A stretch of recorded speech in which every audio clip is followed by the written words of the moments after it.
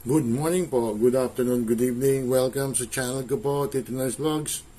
I hope nasa mabuti tayong kalagayan mga kababayan ko, mga titos, mga titas. And I hope mga kababayan ko, wag sanang mangyari ito sa bayan natin.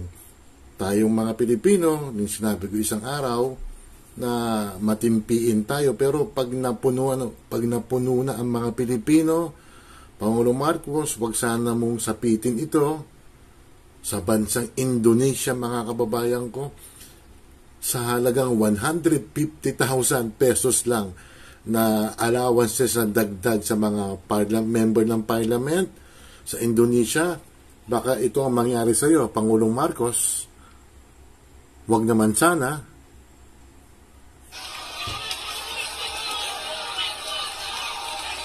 Ayan. Civil unrest siya, mga babayan ko, sa Indonesia. Ayoko ipakita yung, ayan, ayoko ipakita yung may mga nagsunog, may mga nasagasaan pa, 6 po ang nasawi, 20 ang mga nawawala. Alam niyo ba sa Indonesia, mga babayan ko, ang population, over a billion, mga babayan ko. 284 million ang population ng Indonesia. Isa sa pinakamalaki sa Asia, mga kababayan ko. Kayong mga politiko kayo, maybe siguro hindi pa mangyayari ito, hindi bukas, hindi sa makalawa, hindi sa isang linggo, hindi sa isang taon.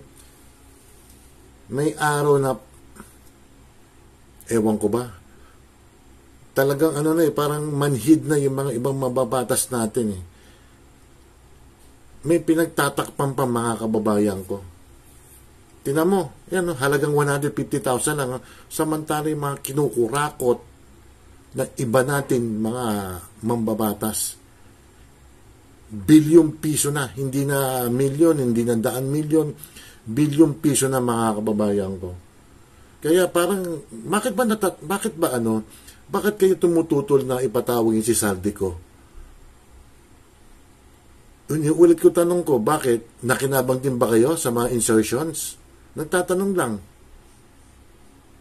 Ikaw, Benny Abante, bakit mo pinagtatanggol to si Saldico? Nagtatanong lang po, nakinabang ka rin ba? Ikaw, Akop, nakinabang ka rin ba? Yung taga-Bataan, sino ba yun? Si Ortega, nakinabang ka rin ba? Yung iba pa dyan, si Garin, nakinabang din ba ikaw? Ang hirap sa atin sabi nyo, tamaan congressman man o senador, para malaman ng taong bayan. Tapos ang ginagawa nyo, pinaprotektahan nyo yung isang congressman. Sino ba pinaprotektahan nyo? Isang congressman o ang taong bayan? Benny Abante, Ortega, Ridon, sino pa dyan? Mga sip-sip kay Romualdez. Basta para sa akin, yung ibang mga bababatas, matitino naman. Yung iba, makakapalang muka. Tahasan sinasabi ko, yung ibang mga mambabatas dyan, makakapalang muka, mga walang hiya, hindi na nahiya sa mga kababayan natin. Di ba yung nangyaring bahak, mga kababayan ko? Hindi ba kayo naaawa? Alam mo, Mother Nature na ang nag-decide kasi alam nyo kung tag-init hanggang ngayon, wala, hindi natin malalaman na, sa bagay, noon pa natin nalalaman yan, na talagang may mga korupsyon na dyan, hindi na sa flood control. May iba pang mga pamamaraan ng ibang mga politiko natin na mangulimbat, mga kababayan ko. Pakita natin yung interview kay Kong Toby Chanko. Kasi umalis na siya yung isang araw Hindi siya pinakinggan May kumontrang babaeng si Garin ito, mga titos, mga titas, yung ambush interview kay Kong Toby Chanko, mga babayan ko. Pinoprotekta naman talaga nila si Saldico, mga babayan ko. Kayong mga congressman na kayo, huwag na kayong maangam pa, mga kayong mga iba dyan, mga buhaya talaga, mga nakinabang. 2 billion. So yung congressman na nagsabi na hindi ko alam pa paano napunta yan sa distrito mo, meron doon 2 billion requested by Saldico. Okay. Pumunta sa distrito niya. ibig sabihin, yun na nga yung dugtong-dugtong eh, di ba? Hindi pa, Bor. Hindi ko na sabihin, di ba? Bakit kailangan ang requestor is si Saldico? Bakit hindi yung congressman? Siya appropriation chairman nga, kung Toby Chanco. Oo nga, from 2 billion, nadagdagan ng 18 billion, kaya ang napunta ron na walang kamalay-malay yung isang congressman, naging 20 billion. So, asan yung resulta? Asan yung finished product? Nasa bulsa nila. Requestor. At least 2 billion. So, yung congressman na nagsabi na... May iba pa tayo papakita. O, ito mga babayan ko, yung sinabi pa ni Kong Toby Chanco. Pakinggan natin. Hindi na nag-motion si Congressman Erice na sabi ang imbitahan si Congressman Saldico. Ang pinagtatalunan doon is papaano daw magiging resource person ang isang congressman. So kung ang isang congressman ay hindi pa pwedeng maging resource person at Kong Toby Chanco, kung sakali man natuloy nga na pinayagan ng chairman na Ridon na yan, na sige, imbitahin natin pero pagbotohan natin. Kung ang membro, yung committee ni Ridon is 30, and then 5 lang kayo bumoto na pabor to summon that Saldico na ako Bicol Party List na di umunay kumita ng bilyon-bilyon piso mga babayan ko. 25 ang boboto against, talo pa rin kayo. Siyempre, pagtatakpan nila, ang tanong ko kanina, nakinabang ba yung ibang mga tao dyan? Nakinabang ba yung mga congressman? Ang sagot, konsensya na lang nila. Hindi pa pwedeng mag-testify under oath. So, paano yung sinasabi na kahit congressman ang, di ba sabi ng chairman, kahit congressman ang walang pipiliin. Doon pa lang sa pagiging resource person, pinili na siya na hindi... Laban bawi nga si Ridon siya pwede.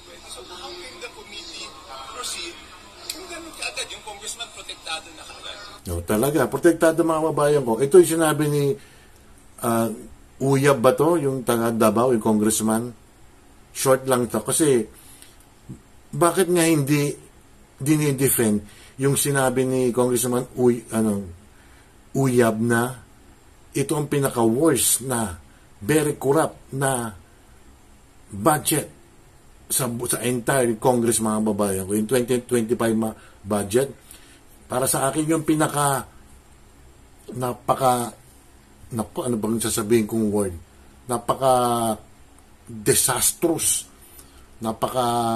Binaboy nila, minanggal nila ang pera ng bayan.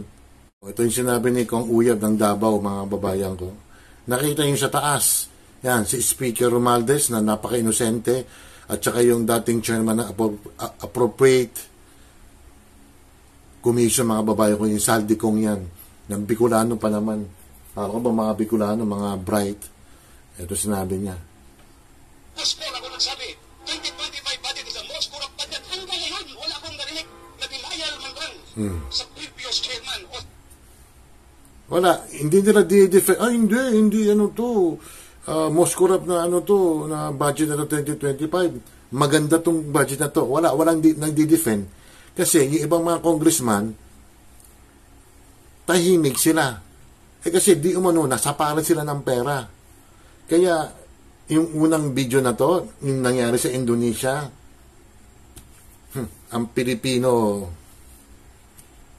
maski kamatis, dapat iba to yun. Kaya mahal ng kamatis, 1 kilo ng kamatis Kano ba? 50. Batuin nyo ng durian kaya, yung ibang mga, tinan mo, yung sa Indonesia, sinunog pa yung Parliament House, nilusob yung isang bahay ng member ng parliament, pinagkukuha yung mga gamit. Ang sabi ng mga Indonesian, hindi, taxpayers, tax namin to, pinagkukuha yung mga gamit.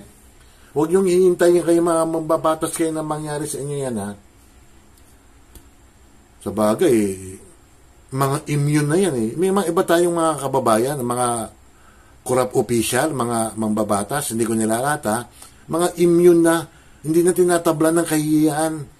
Kaya nga sobrang kapal ng mukha, kasi kapal ng mukha nito, ito lalagyan ng asukal, O baka mas pakapal pa yung pagmumukha nila sa lalagyan ng asukal na to.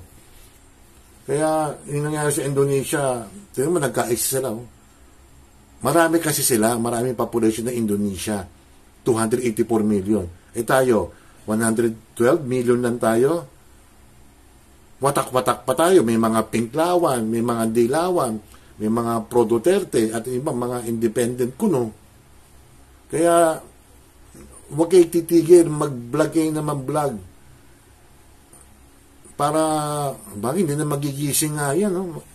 Hindi na magigising sa katotohanan yung mga ibang mababatas natin. Immune na nga eh. Immune sa kakapalan ng muka. Hindi sila naiya sa mga kababayan natin. Nag-suffer mga nangyaring baha. Tapos i-divert pa ni Benny Abante na nagbaba na nga sa Metro Manila, sa Bulacan, at ibang karatig bayan. Aba, gustong unahin ang Davao City. Baka may korupsyon daw. Kaya itong si Benny Abante, sana lumabas na ang desisyon ng Supreme Court na hindi ikaw ang nanalo rin. Sana si Joey Uy na lang, maski isang taon na lang ang natitira. Huwag ka lang, ewan ko ba? Yun ang mga babayan, kapasensya na po ha.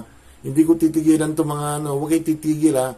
Yung mga kaibigan dyan na magsalita. Yung mga pro-Marcos naman dyan, at yung mga pro-vlogger na mga Marcos na hindi mulat, dinidepensahan pa rin ang mga ibang congressman dyan. Ayun. Kaya, Pangulong Marcos, bilis-bilisan mo na. Itong kongreso, huwag na kayo mag-imbestiga. Sarsuela lang naman yan eh. Independent na lang. Huwag naman sana babayaran yung mga mag-iimbestiga na independent. Isama yung si Magalong. Magaling ng investigador yan. Paki-like, share lang po at salamat po doon sa mga mga kaibigan ko dyan at mga batang-batang kaibigan ko, mga kakampi. Salamat po, ingat. Bye.